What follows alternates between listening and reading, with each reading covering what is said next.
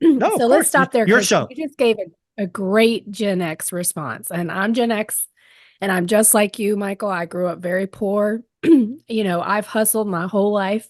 I was working two jobs in high school and, on the dance team. So Wow. like, oh yeah. So I totally get it.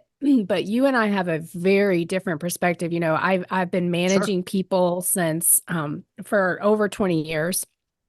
And I noticed a real shift in the workforce in terms of, kind of the expectation of what is work, how many hours should I put in, how much Mm, effort should I put in. And so, going back to what I said previously, that we see 2 million men mhm, missing from the workforce, like, and so if we look at pure demographics, yeah, sure. theoretically, but what is going to change to bring everybody back into the workforce to participate in a productive way? Because as Mm, you said as well, a lot of those JOLTS jobs, and this is something I see all the time, are low income jobs. They're service oriented because what a lot of people have done instead of saving for a down payment is mhm. they've gotten upset, sad, they can't buy, and they're out there, paying for experiences out there going to Starbucks twice a day. So how are we going to change this? Like, how are we going to bring people into the workforce to be able to be productive enough to be able to afford a home? So I think there's a couple of things. This is a fun conversation.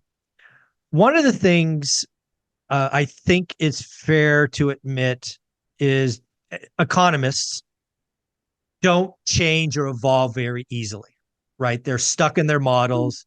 They're very much backward looking. I don't think it's unreasonable to say and admit that the pandemic broke lots of models, some in a bad way, some in a good way. I believe, and again, it's just a belief. I could be wrong. I'm wrong all the time.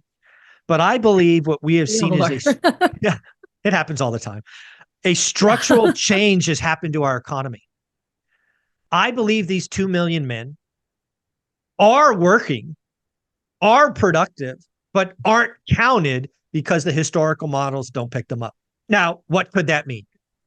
Could mean driving for Uber and, Lyft or DoorDash. It could mean having a YouTube channel and creating content and you're monetized. There are there are more ways today to earn income than our economic models catch. So my underlying belief is the general economics from the experts is broken and they're too arrogant to admit it. I think for the most part, those 2 million men in this example are producing income some way, somehow. Because if you're not, you're living off mom and dad or your girlfriend or boyfriend or whatever, that's not going to last long. We live in a society that takes money to live in. So it is just my fundamental belief that they are working somehow. They're producing income. Now, if you want to call it work, that's up to you, but they're producing income somehow, some way. It's just not caught in the model. That's when I read those things, that's what I think. I'll stop there. Isn't the birth death supposed to catch those, because theoretically, if they're on their income tax or they have to have, if they're working for themselves, from a tax perspective, but what are your thoughts on that? Well, I think there's so many different ways with PayPal and Zells and all these other things to make it a cash business or semi-cash business. It would not shock me if would-be taxpayers are finding ways not to file taxes. It would not Yeah. shock me.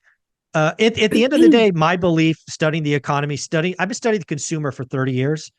You can't exist long term in this economy without money coming from somewhere. Now, maybe it's illegal activity. I'm sure some of that is, but I don't think I think the lion's share of the missing is our models. I mean, you know this.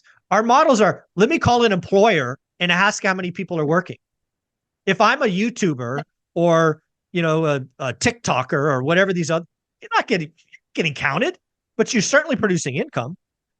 So that's kind of my belief.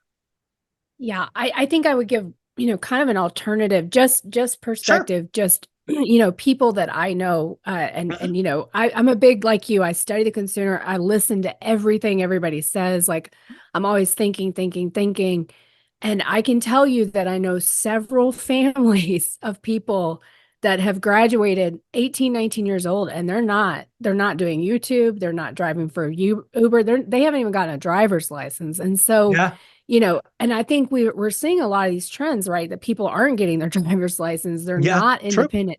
And so I think that, it's probably I do agree with you. There's probably non-traditional, means to income, but I also think that there are actually a lot of people that just aren't working, and they're and Mm, I don't want to, I hate stereotypes, but but they are actually literally just playing video games all day.